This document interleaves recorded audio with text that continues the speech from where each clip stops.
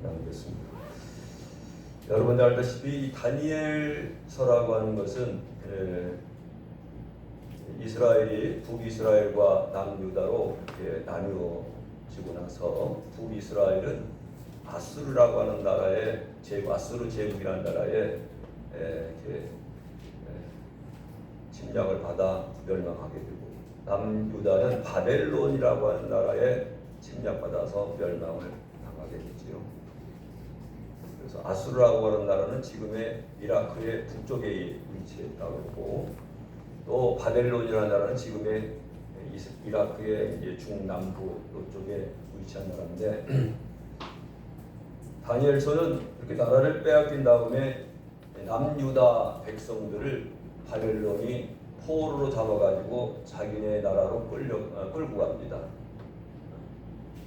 그래서 한동안 거기에서 포로 생활하게 되는데, 그때 포로로 끌려간 유다 백성 중에서 아주 참 하나님을 잘 섬기고 지혜가 출중하고 또 실력이 출중한 그러한 다니엘과 세 친구 사드락, 메삭, 아벤느고의 신앙에 관한 이야기가 기록된 것이 바로 이 다니엘서입니다. 어느 날 이 바벨론 왕의 이 누부갓네살이라고 하는 왕이 명령을 내립니다. 어떤 명령을 내리느냐? 금신상을 만들어라. 금신상. 그래서 여기에 살고 있는 기존의 바벨론 나라의 백성뿐만 아니라 포로로 잡혀온 각 나라의 언어를 사용하고 있는 모든 사람들은 이 금신상 앞에 절을 해야 된다 라고 하는 엄명을 내리게 되죠. 그래서 그 왕의 명령이니까 당연히 그 나라 백성들은 그 신상 앞에 절을 하게 됩니다. 그런데 유다에서 포로로 잡혀온 이 다니엘과 세 친구는 그렇게 왕의 명령이라 하더라도 단호하게 거부하고 절을 하지 않죠. 이 상황을, 이것을 갈대아 사람, 성경의 갈대아 사람이라고 하는 표현을 씁니다만은, 이 갈대아 사람은 바로 바벨론의 사람을 다른 표현으로 갈대아 사람이라고 하죠. 여러분들이 아브라함이 갈대아 우르에서 나와가지고 가나안 땅에까지 갔지 않습니까? 그러니까 이 갈대아 우르는 바로 지금의 이라크, 바벨론의 그 지역 한 지역을 갈대아다 이렇게 부르는데, 그 갈대아 사람들이 사드락, 메삭, 아벤느고가 왕이 명령한 금신상에 절하라고 하는 그 명령에 따라서 절을 하지 않고 있는 것을 보고 이것을 왕에게 참소했습니다. 고발했습니다. 그래서 그래, 왕은 왜 그 사람들을 데리고 와봐라 라고 하는 것이 오늘 본문의 내용이죠. 그 이야기를 듣고 왕이 분노하고 화가 나가지고 그 사람들을 사드락, 메삭, 아벤느고를 데리고 와라. 그리고 왕은 그들에게 신문을 하죠. 어떻게 보면 왕의 입장에 다시 한번 또 기회를 주었다 이렇게 볼 수도 있겠습니다만은, 신문을 합니다. 너희들이 내가 만든 그 점심상에게 절을 하지 않은 것이 사실이냐 이렇게 물어봐요. 지금이라도 이제 내가 만든 그 신상 앞에 절을 해라. 그러면 내가 다 용서해 주겠다. 만약에 그렇지 않는다고 하면 맹렬히 타오르는 저 풀무불에 내가 너희들을 다 집어넣겠다. 누가 너희들을 건져줄 수 있겠느냐? 너희들이 섬기는 그 신이라고 해도 너희들을 절대 건져줄 수 없을 것이다 라고 하면서 또 기회를 주는 거죠. 그 왕의 입장에서는 기회를 주면서 그렇게 이야기를 합니다. 그러나 사드락, 메삭, 아벤느고는 이 느부갓네살 왕의 이러한 엄명에도 불구하고, 어떻게 보면 협박이죠. 협박함에도 불구하고 그들은 이렇게 말하라. 왕이여, 우리가 이 일에 대해서 왕에게 더 이상 대답할 필요가 없습니다. 우리는 우리가 섬기는 하나님이 계시기 때문에 그 하나님께서 반드시 이 맹렬히 타는 풀무불에서 던져진다 하더라도 그 우리가 믿는 그 하나님, 살아계신 하나님은 우리를 건져주실 것입니다. 또 왕의 손에서도 건져주실 것입니다. 이렇게 말합니다. 그러면 더 만약에 우리가 믿는 하나님이 그렇게 하지 아니하실지라도 우리는 절대로 그 금신상에게, 왕에게 절하지 아니하고 섬기지 않겠습니다 라고 하는 것이 오늘 본문의 내용입니다. 사드락 메삭 아벤노고는 이렇게 자신들이 섬기는 하나님 이외의 다른 것에 절을 하라고 하는 왕의 명령에 아주 단호하게 거절하고 거부하죠.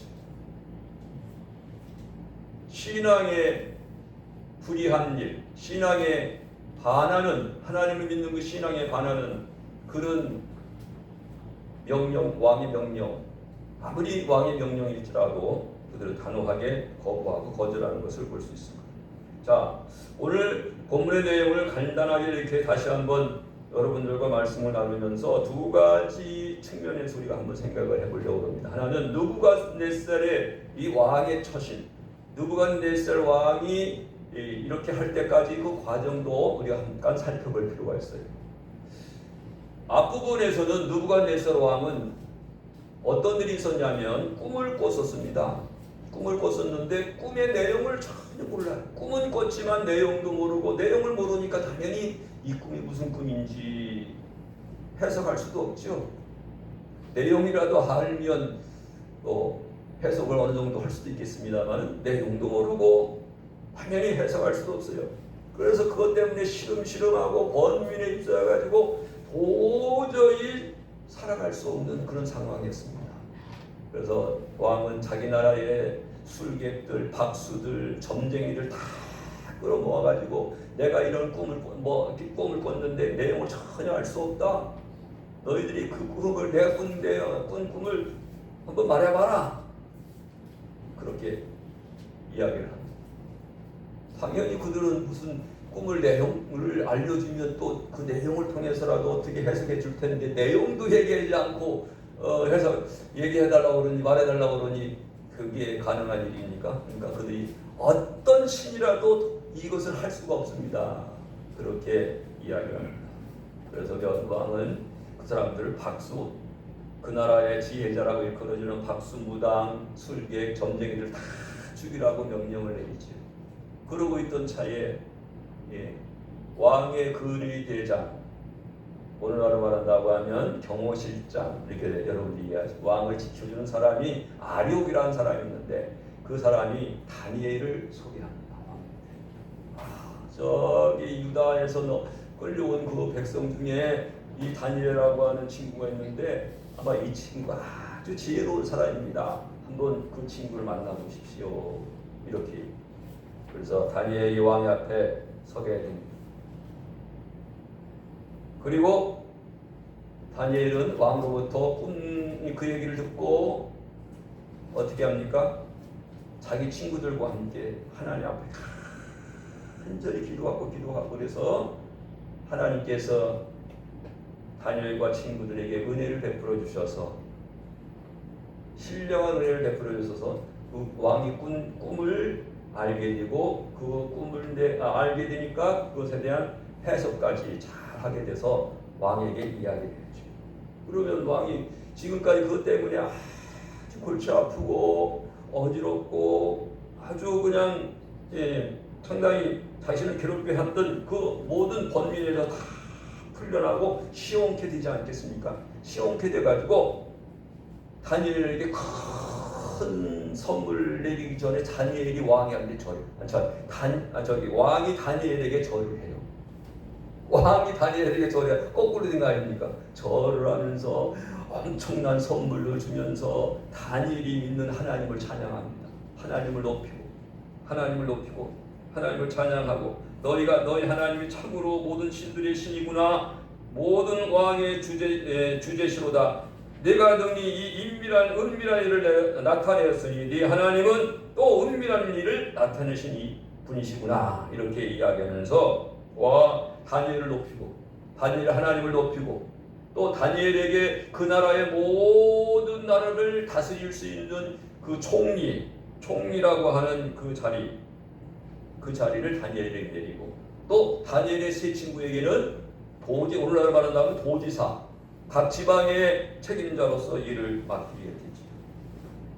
그리고 나서 그런 경험을 했음에도 불구하고 또다시 다니엘은 금상을 만들어서 그 금상 앞에 절을 하고 하는 겁니다. 오늘 본문에는 전에 그런 일이 있음에도 불구하고 그런 하나님의 은혜를 체험했잖아요. 하나님의 살아계심을 알았잖아요. 느부갓네살이 다니엘을 통해서 그런 경험이 있음에도 불구하고 또 자신이 입술을 통해서 하나님을 찬양하고 하나님을 높였다 이 말이지.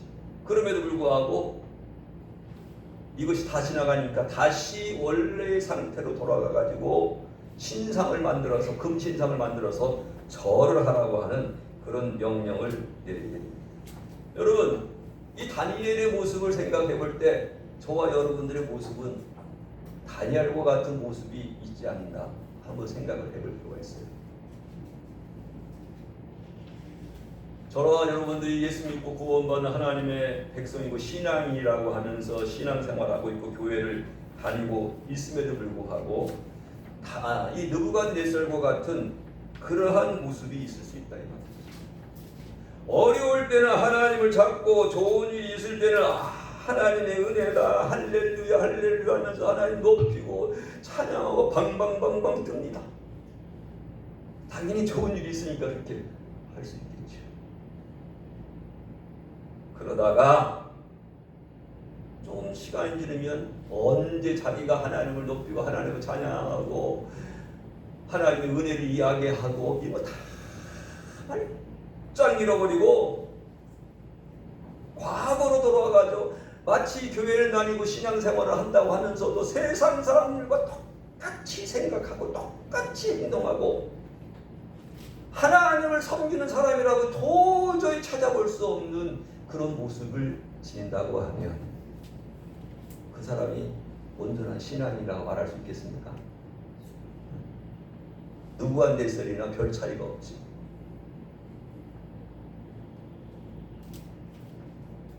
여러분, 히브리서 6장 4절로부터 6절의 말씀을 한번 읽어봅시다. 두 번째입니다. 오늘 성경 말씀 시작. 한 번 빛을 받고 하늘의 은사를 맛보고 성령에 참여한 바 되고 하나님의 선한 말씀과 내세의 능력을 맛보고도 타락한 자들은 다시 새롭게 하여 회개하게 할 수 없나니 이는 그들이 하나님의 아들을 다시 십자가에 못 박아 드러내놓고 욕되게 함이라. 좋은 말씀. 우리가 믿음 생활하고 신앙 생활을 하면서도 하나님에 대해서 알고 하나님의 은혜를 체험했다고 하면서도 복음에 대해서 분명히 알고 하나님의 은혜에 깊이 경험한 사람임에도 불구하고 우리가 하나님을 대적하고 하나님을 모른다고 하고 그런 경우에 주시는 말씀, 경고의 말씀이 이 히브리서에 분명히 있습니다.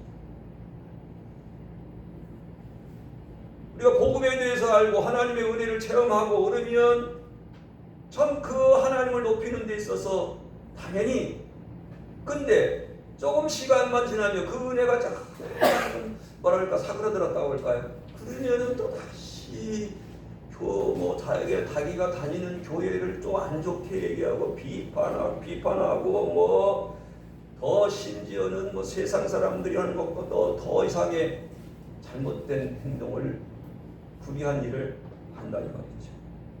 우리가 분명한 것은 분명히 하나님의 은혜를 체험하고 복음에 대해서 제대로 안다고 하면 그런 일들을 하겠습니까? 안 하는 것이 정상이죠. 할렐루야. 그렇죠? 당연히. 그런데 만약에 그런 사람이 있다고 하면 그분은 진짜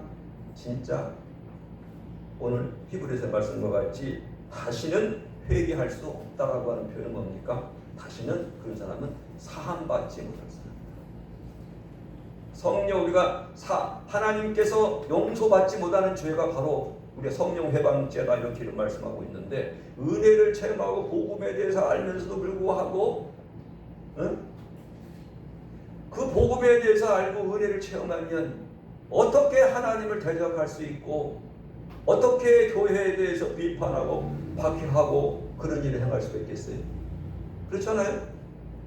그럼에도 불구하고 차라리 하나님의 은혜를 맛보지 않았다고 하면, 복음에 대해서 모른다고 하면, 모르니까 하나님의 은혜를 경험하지 못하니까 저 사람은 또 어쩔 수 없다 이렇게 얘기할 수 있겠지만, 복음에 대해서도 알고 하나님의 은혜를 알고 교회의 직분까지 받았다고 하는 사람이 그런 행위를 한다고 하면, 하나님께서 모르고 하는 사람한테는 하는 그러한 그들의 죄보다도 더 하나님께서 혼내주시지 않겠느냐. 그렇지 않겠어요? 용서받을 수 없는 죄. 우리가 하나님을 안다고 하면 절대로 우리가 하나님을 못되게 하는 일이 없어야 될 줄로 믿습니다. 거룩한 내세우가 그렇게 처신하면 안 돼요. 자, 두 번째로는 이 세 친구의 상황 우리가 한번 살펴봅시다. 왕의 그러한 협박에도 불구하고 이들은 굴복하지 않았습니다. 타협을 하지 않았습니다. 신앙은 타협해서는 안 되는 겁니다. 신앙은 어떠한 불의 앞에서 우리가 굴복해서는 안 되는 것이 신앙이죠. 신앙은 곧 뭡니까? 생명입니다. 신앙은 뭡니까? 우리에게 생명을 준 것이 신앙입니다. 할렐루야. 네. 그걸 우리가 놓쳐서는 안 돼요. 신앙은 생명이다. 네. 내가 굴복한다고 하는 것은, 내가 타협한다고 하는 것은 무슨 뜻입니까? 내 생명을 그에게 준다는 얘기죠. 생명을 빼앗긴다는 얘기죠. 이들은 왜 금신상에게 절을 하지 않았을까요? 이들은 왜 금신상에게 왕의 명령을 어기게 되면 맹렬히 타오르는 풀무불에 집어 던지겠다. 이게 왕의 명령입니다. 실제로 그게 시행됩니다. 그럼에도 불구하고 그들은 신상 앞에 절하지 아니했습니다. 왜 그랬을까요? 당연히 자신들이 믿는 하나님에 대한 확신이 있었기 때문에. 내가 믿는 하나님은 살아계신 하나님이다. 우리를 지키시고 보호해 주시는 하나님이다. 내가 믿는 하나님은 우리를 구원해 주시는 그 하나님이라고 하는 확실한 믿음이 있었기 때문에 그렇게 믿음으로 행동을 할 수가 있었던 거죠. 불의 앞에 고개를 숙이지 않았던 겁니다. 느부갓네살은 하나님을 찬양하고 하나님을 칭송을 했습니다. 그러나 그에게는 구원의 확신이 없었던 거죠. 구원의 확신이 없어요. 당장 눈에 보이는 다니엘을 통해서 눈에 보이는, 그러니까 당연히 자기 문제를 해결해 주니까, 그동안 번민하고 괴로워했던 그 문제가 해결되니까 당연히 그때는 하나님을 찬양하고 섬긴다고 합니다. 근데 조금 지나니까 다시 말짱도로 과거로 돌아가가지고 신상을 만들어서 그 신상을 자기를 상징하는 거죠. 나를 섬기지 않으면, 나를 정하지 않으면, 죽이지 않으면, 나한테 절하지 않으면 다 죽여버리겠다라고 하는 거예요. 그래서 하나님의 구원의 확신, 살아계신 하나님에 대한 어떤 확신, 그런 것들이 없기 때문에 그렇습니다. 만약에 다니엘과 세 친구들이 확신이 없었다고 하면 당연히 이들도 그 앞에 굴복을 하고 절을 하고 세상 유혹에 빠져서 실족할 수밖에 없는 것이죠. 여러분, 오늘 본문의 말씀의 핵심적인 것은 그렇게 하지 아니하실지라도라고 하는 신앙입니다. 그렇게 하지 않. 자, 이 세 친구는 만약에 왕이 우리를 풀무불에 집어넣는다 하더라도 하나님께서 우리를 지켜주실 것입니다. 하나님께서 우리와 함께 하실 것입니다. 하나님께서 능히 그 풀무불에서 건져주실 것입니다. 확신을 갖게 됐습니다. 그 확신을 가지고 왕의 명령이지만 왕의 명령에 굴복하지 아니하고 거부를 했던 것이죠. 근데 이 믿음보다도 하나님이 나와 함께 하시고 나를 지켜주시고 보호해 주실 것이라고 하는 이 믿음보다도 더 좋은 믿음이 무엇이냐? 더 강력한 믿음이 무엇이냐? 하나님, 내가 믿는 하나님이 그렇게 하지 아니하신다 하더라도 나는 절대로 왕이 만든 신상에 절하지 않겠습니다. 아멘. 거기에 절하지 않겠습니다. 그렇게 하지 아니하실지라도. 그럼에도 불구하고 이게 더 좋은 신앙이지. 여러분 그렇지 않습니까? 그게 더 좋은 신앙. 저는 이글스의 프로야구 이글스 팬이죠. 그래서 좋아하니까 좋아하는 걸 팬이라고 그러죠. 옛날에 이글스가 한 번인가 우승하고 그 뒤로는 막 프로야구 10개 구단 중에서 맨날 9등, 10등 한 10년 동안 그렇게 됐어. 근데 이글스 팬들은 그렇게 10년 동안 9년 동안 그렇게 하위권에 맴들더라도 이글스를 향한 그 사랑은 끊임없이 계속되더라고. 그게 진짜 팬이죠. 그게 이글스를 진짜 사랑하는 사람. 아마 프로야구 10개 구단 중에서 대전 구단이 가장 만호를 이룬다. 대전 구단. 난 충청도 사람들이 그렇게 야구를 사랑하는지 모르겠어요. 자기 고향 그 프로야구를 사랑한다, 이글스를 사랑한다는 얘기는 그 고향을 사랑한다는 의미도 되겠죠. 그죠? 그렇게 좋아요. 9위 10위를 한다 하더라도 우승을 못한다 하더라도 그럼에도 불구하고 나는 이글스를 사랑하겠다. 여러분, 저와 여러분들도 마찬가지 아니겠어요? 우리가 믿는 하나님은 나와 함께 하시고 나를 지켜주신 하나님, 나를 보여주시는 하나님, 나를 풍요케 하신 하나님이신 줄 믿습니다. 그러나 만약에 그렇게 하지 않는다 하더라도 나는 그 하나님을 믿습니다. 그 하나님만을 붙들고 나아가겠습니다.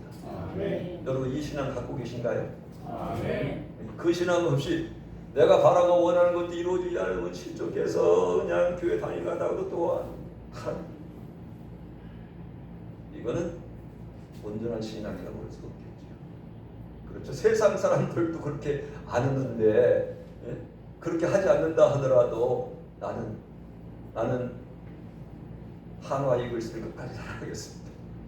이렇게 하는데 우리 예수 믿는 사람들이, 신앙하였다는 사람들이 내가 바라고 원하는 대로 하나님께 이루어지지 않아서 그 하나님을 금방 배신하고 교회를 다니면서